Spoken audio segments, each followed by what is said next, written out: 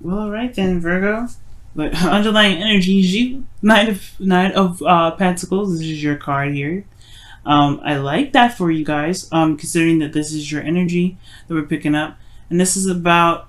I feel like this is about what you're committed to, focusing on the details.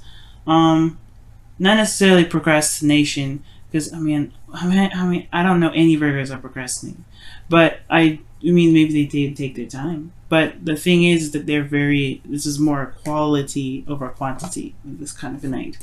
Underneath here is the lover. So this is, I think, this is about whether or not this is about committing to something. Commitment. The Knight of Pentacles is 100% able to commit to anything and everything, but I do say here that he can procrastinate or take a long time, especially when he's not sure of all the details. He's not really able to see very clearly what's ahead. He likes to take his time and look at it, right? To really reevaluate, right? To evaluate, reevaluate, to make sure that he's not missing anything before he can jump in, before he jumps in at all, and you know, commits to it. Because once he does, he's in it for the long haul. He's committed to it. He's not gonna break that. It's like signing his name to a lease. And he says he's doing something, he's doing it. And that's you guys, right? You guys will say, like, if you guys say you're going to do something, you're going to do it. Unless something ultimately has to give, right? And you can't do it, and you have to change it. You're changing your mind, and you're doing it. But there is this like slow behavior that comes up with looking at the details. You have to be slow, right? You have to take your time with it, because you're gonna miss something if you don't take your time. At least if you don't slow down. So there is a slow progress. There's a slow build up. But it's only because somebody's having a little bit of an issue with figuring out whether or not this is something they want to commit to or not. And like I said before, the Knight of Pentacles does not have a problem with committing. It's not like the Knight of Wands. He's not flaky. He doesn't, jump in one minute and say never mind the next second when the things get serious. He's in it for the long haul. But that's why he's so slow, because he wants to be sure whatever he goes into is legitimate. Like he's willing to sit through that for however long it takes to make it happen. Now, your situation here is very interesting. You have Justice here, which does communicate to me that there is maybe contemplation of marriage. And the reason why I say that is because of the Empress and the Lovers. Now, if I had the Four of Wands, I'd be more prone to be like, hell yeah, somebody's getting married, or somebody's something like that. But take that with a very small grain of salt. I don't have all the cards that I like to see here to say that 100%. You know what I'm saying? Justice, honestly, regarding an open reading like this for masses and everything like that, or for people that are watching on YouTube, I give the general kind of message for it, which is pretty much, especially with this being in your current state of being, it's about balancing the scales, right? Not necessarily correcting the wrongs or anything like that, but trying to find the balance in the situation, or really just balancing things out, right? Evening the odds, right? It's just kind of like making sure things kind of sit on on the surface leveled, right? Because you don't really want something that's too high or too low. You want, like, it's an outstanding karmic balance needs to be paid up. It's going to get paid today, right? Because that's what justice. That's how I see justice anyway, right? And justice does it through facts, through figures, and what is true, right? So I feel like there is this kind of balancing situation. Maybe there's a settling or an apology or something that's being, being hashed out and made amends, right, in a way. But I do see that currently in your current state of being, right? Obviously, right? Currently in your current state of being.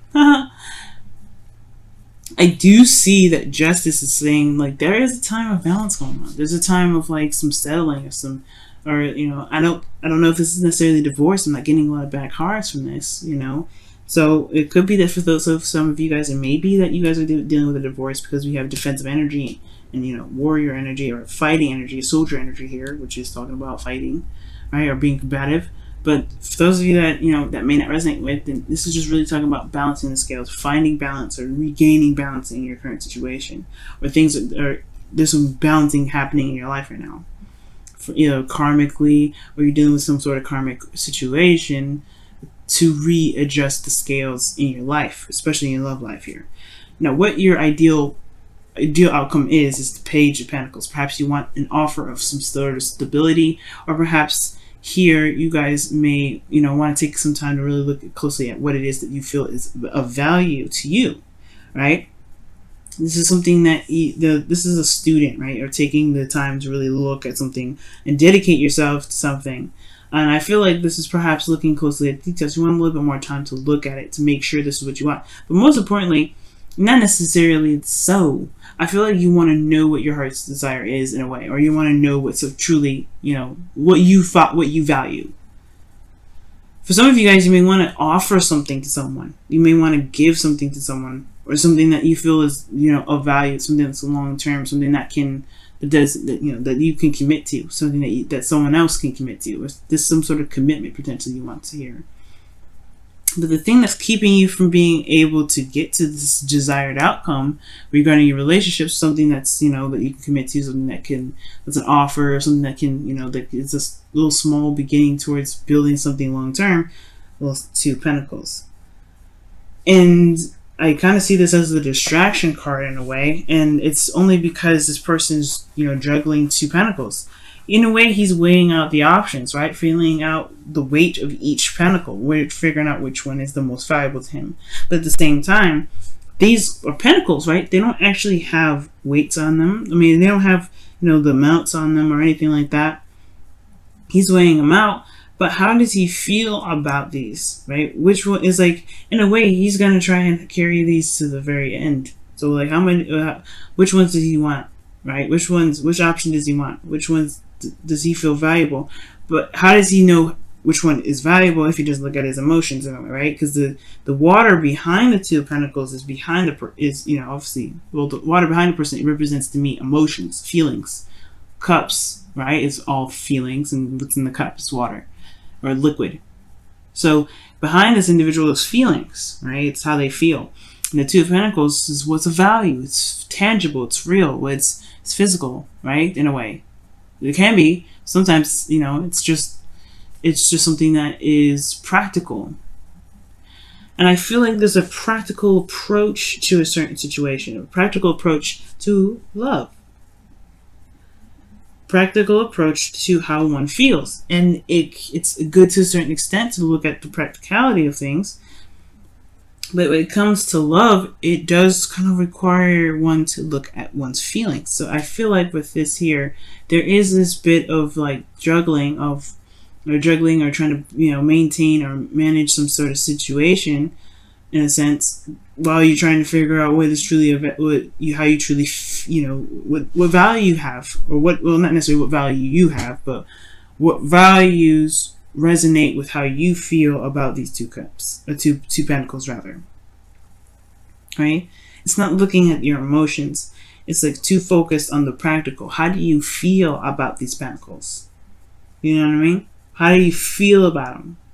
Which option is the most valuable to you?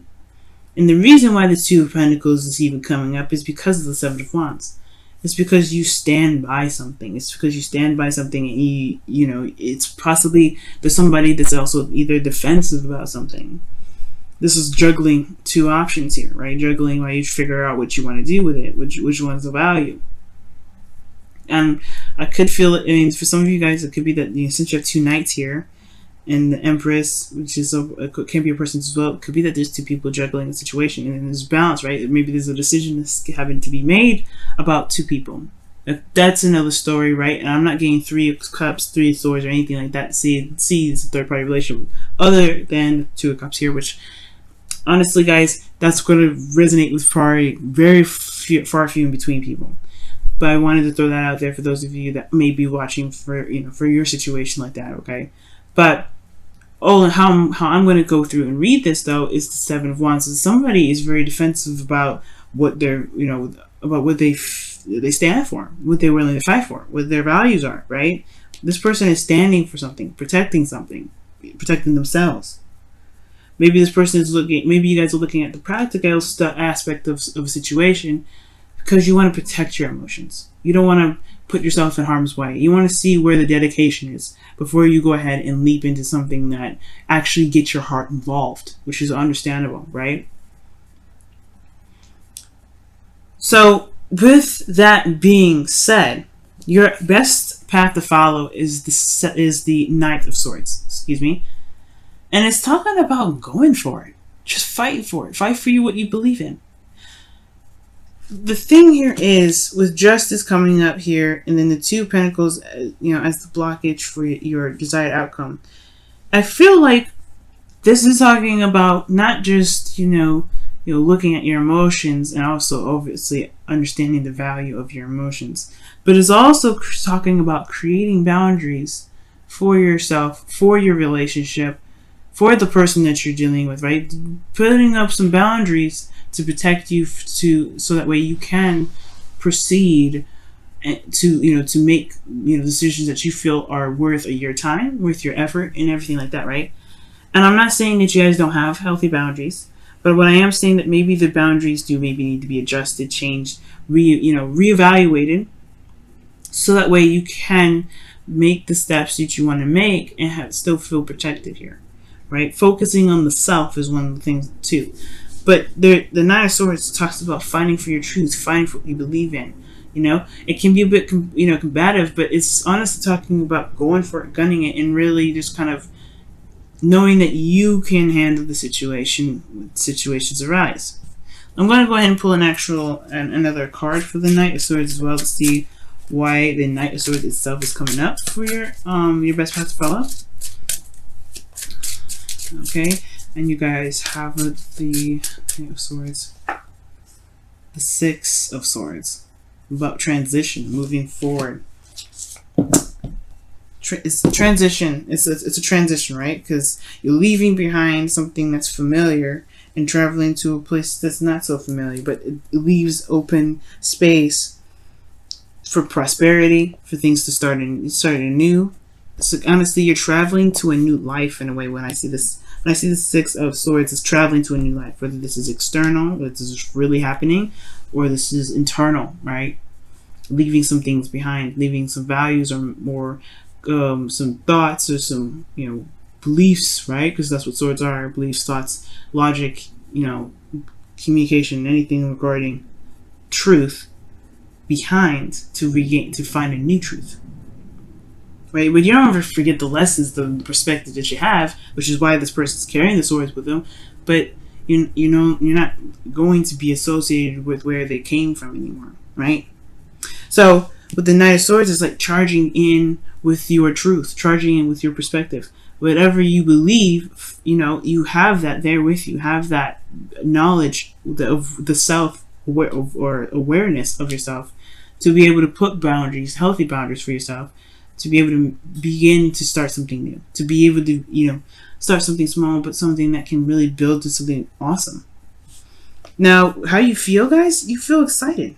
For some of you guys, this could be that could be connecting with an ex here, because the Ace of Wands it can be the rekindling of a flame. It can be. It doesn't have to be always. But the Ace of Wands is an exciting new beginning. It's exciting.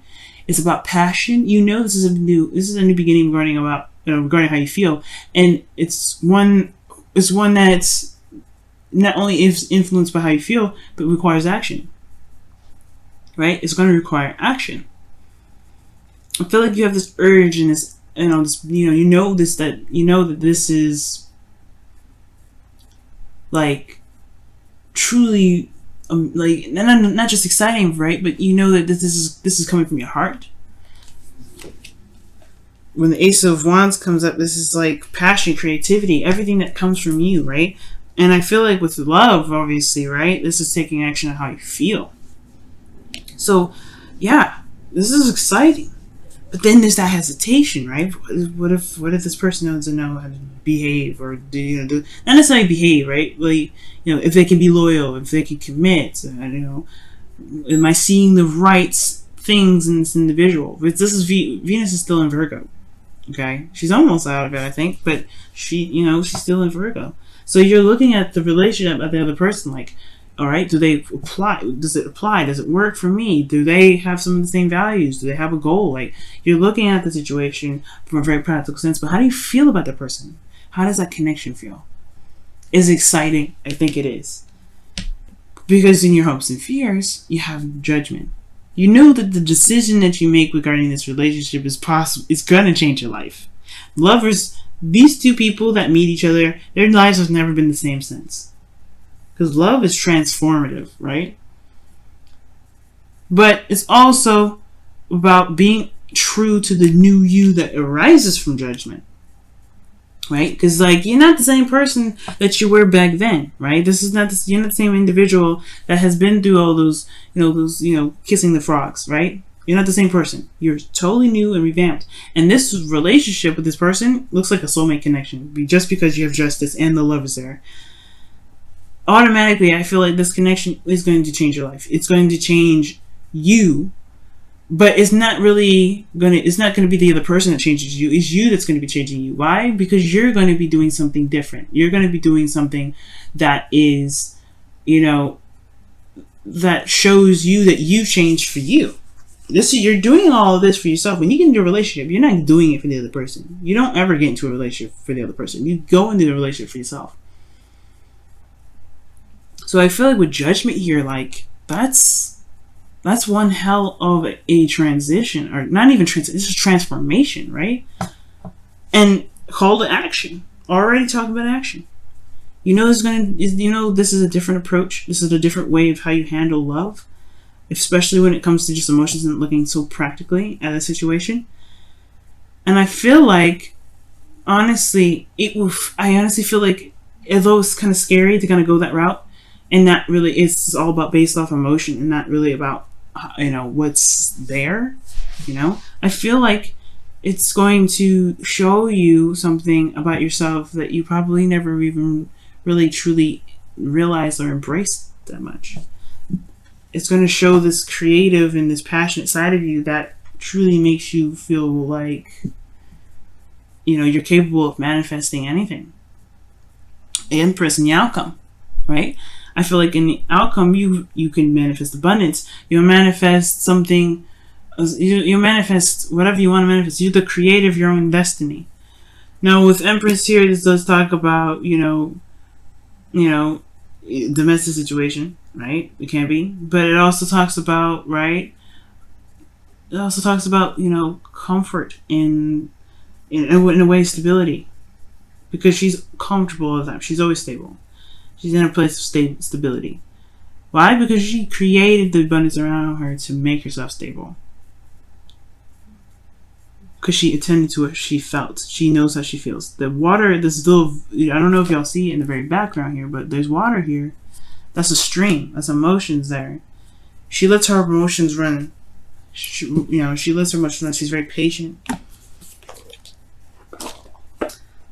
And honestly, the Empress is such a beautiful card to get at the outcome, because I really feel like this is showing you guys, or telling you guys here, that there's something beautiful that can be created with this relationship, with you just being in it, with you being so attentive to details. This is also the card for Scorpio, or actually Taurus. This is the card for Scorpio.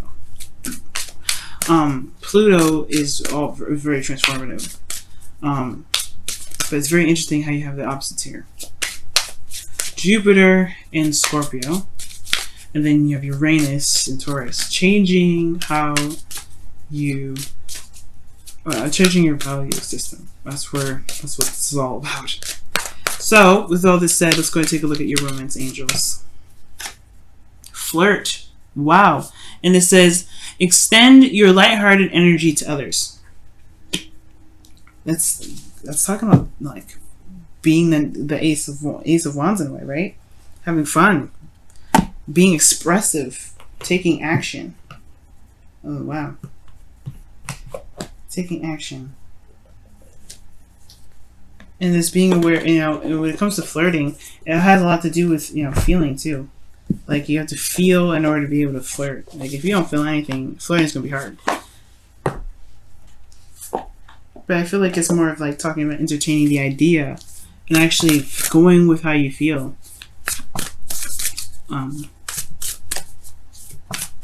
You're going with how you feel and creating something amazing. Just allowing yourself to enjoy the connection. Right, so let's go ahead and take a look at wow. The whispers of love, and it says, be willing to express love. When we express love, we begin to receive love.